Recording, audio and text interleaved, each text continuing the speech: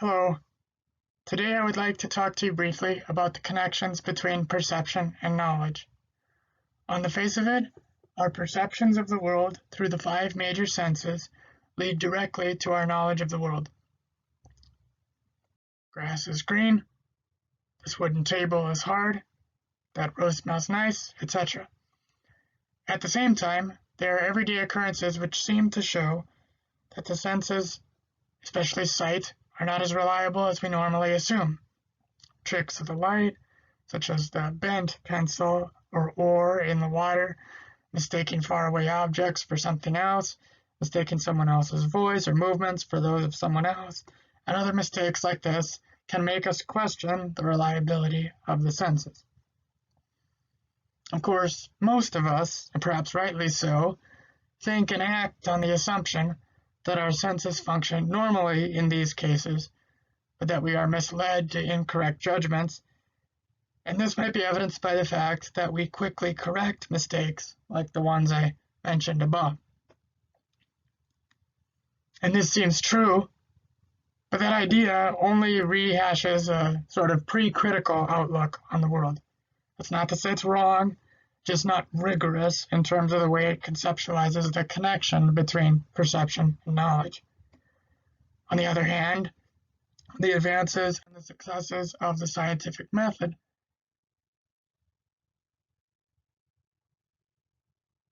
seem to reveal a very different picture of the world. The math behind it works. It helps us achieve practical results. Yet at the same time, the scientific image seems to suggest that everything we see is not really what it appears to be. Tables and chairs and everything else are actually a combination of atoms and bonds and energy and a whole lot of empty space. And this seems wrong. But again, scientific theories are very successful in helping us do things. They work. In short, we seem to have a dual picture of the world. Question becomes, what's the relationship between the two? Is one true and the other false? Or is there some other way we can construe the connection between, again, perception and knowledge? There are a few different ways we could answer the question, but I mainly want to focus today on a tradition in philosophy known as Realist Phenomenology.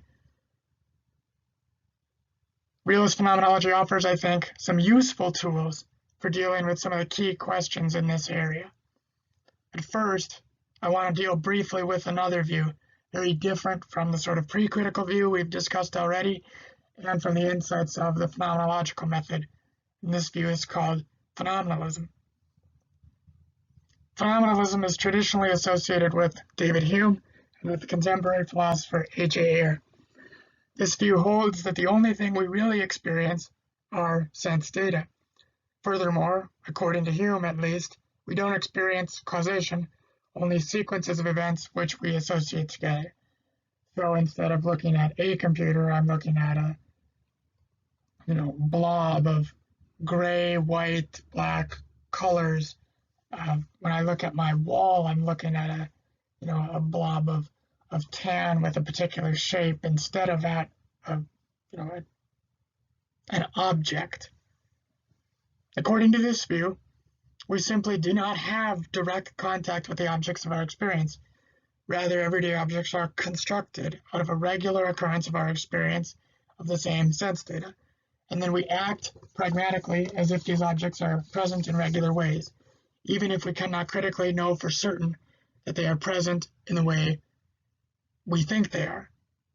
Right, so and this seems to get backed up by the sciences itself when you think about how light works and how we perceive objects, right? Light is very much dependent upon the functioning of one's eye and of light waves and of the length of those light waves. It all tells a very nice, cohesive story. But one of the problems with this view, that we don't actually see real objects but only representations of them of some sort, is that it's highly counterintuitive. This doesn't disprove the theory, but it does suggest that the burden of proof rests on the phenomenalist.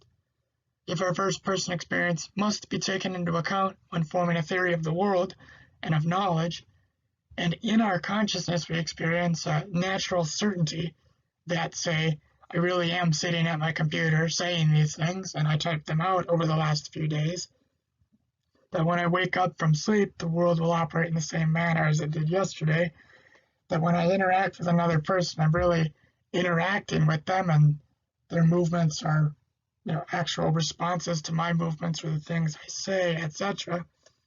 Right? If we have all that in our conscious experience, that all needs to be taken into account. So at the very least, there should be a strong presumption against a phenomenalist view of the world. How then to deal with the discoveries of science?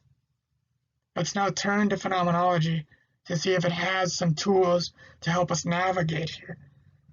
My goal is not to prove that realist phenomenology solves all the problems of perception. I don't think that's possible. These problems remain with us since knowledge itself seems to be some kind of mystery. And when we press forward and discover more things, we often at the same time discover more darkness and more questions about the world.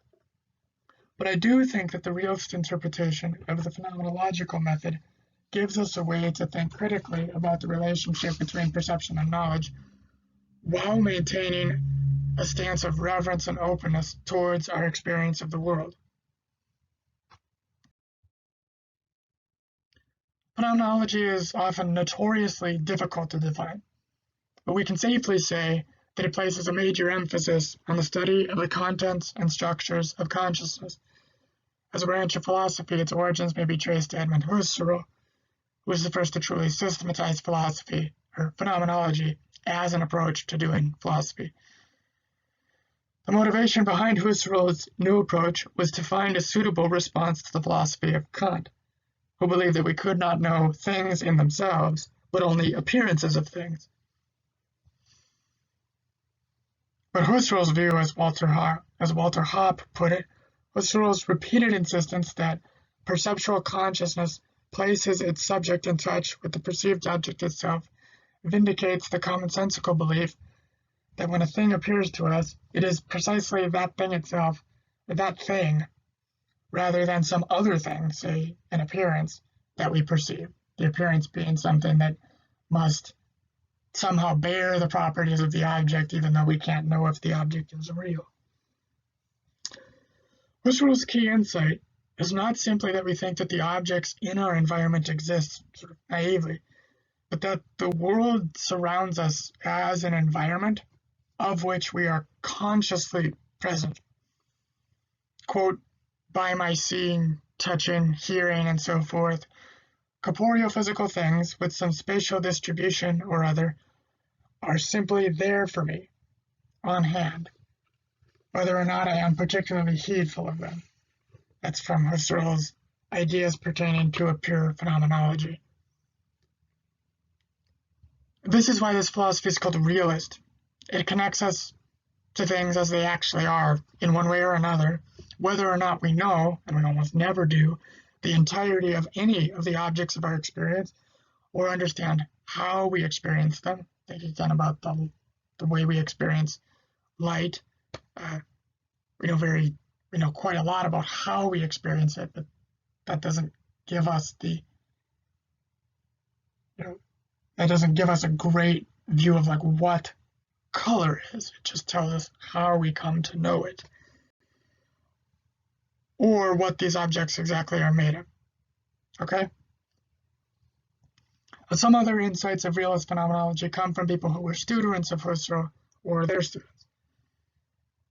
Dietrich von Hildebrand was one, and he characterized the phenomenological approach as the intuitive analysis of genuine, highly intelligible essences.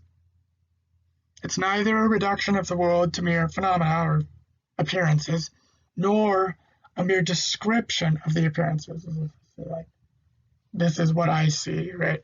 This is how the thing appears as I walk around it, right? To do that would just be to catalog the various ways that the object shows up. Now, that description is important, but that's not all that goes into phenomenology. So it is not as if we have to try to communicate to others what we see, so to speak. and then compare our experiences with theirs and see what sort of objects are real, like the ones we agree upon. Like, there must be an actual insight into the being of something, a contact through which the thing discloses itself to us. One person might see this and another not. I can't exactly remember where I learned this example or where it comes from, but I believe it's from A.F. Chalmers' book, What is This Thing Called Science? Okay, so imagine a medical school student sitting down looking at x-rays for the very first time. He looks at this image, but he can't make out anything. But the professor with years of experience standing at the back of the room looks at the same image and is lecturing to the students, and he sees and describes so much more. And he points something out, and they're like, "What?" You're like, "What is he talking about? Like, what is that?" And then over time, they begin to see the things he sees. They learn how things show up on X-rays. A similar principle applies to the essences spoken of by von Hildebrand, right? He thinks that things like justice and beauty, like these things have real essences that we can come to know, and that phenomenology provides us the proper method with coming to know these essences. An even more famous student of Husserl's was Martin Heidegger, and he also held to a realist interpretation of phenomenology. Heidegger had a keen sense for the paradoxes involved in our use of the word being. He wrote, "Being is a self-evident concept. Everyone understands sentences like, the sky is blue. I am happy." But this average comprehensibility, this sort of normal conception of being, shows that an enigma lies a priori in every relation, and being toward beings as beings. Apologize that I know that's quite a mouthful. Heidegger is certainly not easy to read or understand upon first exposure. But he also thought that human beings were essentially questioning beings. That's what makes us distinct from, say, higher animals, right? We interact with, we wonder about our environment. This stance, right, we find ourselves in the world, so to speak, necessarily directed towards various objects. This stance, as we might call it, he referred to with the term Dasein, which is an almost untranslatable word or phrase, that it means something like being there or being in the world. About Dasein, he says this: Dasein tends to understand its own being in terms of that being to which it is essentially, continually, and most closely related, that is, the world. It's suggesting here that conscious beings that understand themselves as fundamentally related to the world around them. To understand ourselves relationally this way, the world has to be in some sense objectively present for us. One final point about realist phenomenology is one that we can take from one of Dietrich von Hildebrandt's students, Joseph Seifert. And it seems to be connected to the insight that phenomenology is the intuitive analysis of intelligible essences. Seifert held that there are a priori objective essences of color and of tones. There are essential laws of beauty. In all these fields, we find an inexhaustible world of such necessary essences with their corresponding essential relations. Unquote. Thus, our knowledge of the necessary extends far beyond the laws of logic or merely abstract matters. All of this is realized through an openness and reverence for the objects of our experience, which again are always on hand, even if our knowledge of them is imperfect. All these insights are tools. They're part of a stance we take towards the world. I think they help us with the problems of perception insofar as we approach the objects of our experience with a fundamental reverence, right? We don't disparage them or start with skepticism. It's not the case that objects out there in the world exactly as I think they do. I can never fully grasp the object, right? Not even myself, even though I'm closer to myself than to anything else in a way. But at the same time, I can truly know these objects. And reflecting upon the fact that consciousness is always consciousness of something, as the phenomenologist so clearly taught, leads us to be fascinated by the fact that we are so placed in the world. Right, the example on the last slide I gave of, right, the fact that we can now understand like the structure of color or the process by which we see, right, that should lead us to a certain fascination both with ourselves and with the actual object of color, right? It actually has like a structure, or sound or anything else, right? It actually has a structure that we can learn and discover. But it's not like by going underneath the color that we somehow get rid of the color and all that's left is that the light waves with their various kind of mathematical lengths, and that only kind of appears for us as color, right? That's not the point, right? That would be to sort of reduce color to a length and a quantity and some kind of process. We have this amazing capacity to consciously discover whole realms of being.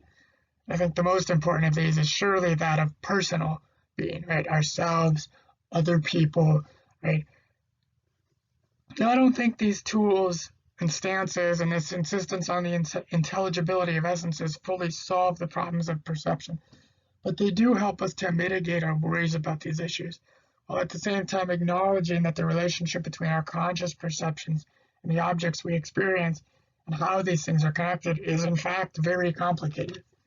Science has a lot to say here, and so does philosophy, but in order to do either one successfully, we need a fundamental stance and some extra tools with which we approach the world to begin with, lest we be kind of caught in a skeptical attitude towards the world around us and think we can break down the objects of our experience to lower and lower levels where maybe all we have is groupings of subatomic particles per se and a whole bunch of space and energy interactions, and so everything is fundamentally just those things. No, colors are distinct from sounds, are distinct from tactile experience, and from the much higher things like animals as a whole, persons, and other sorts of realities.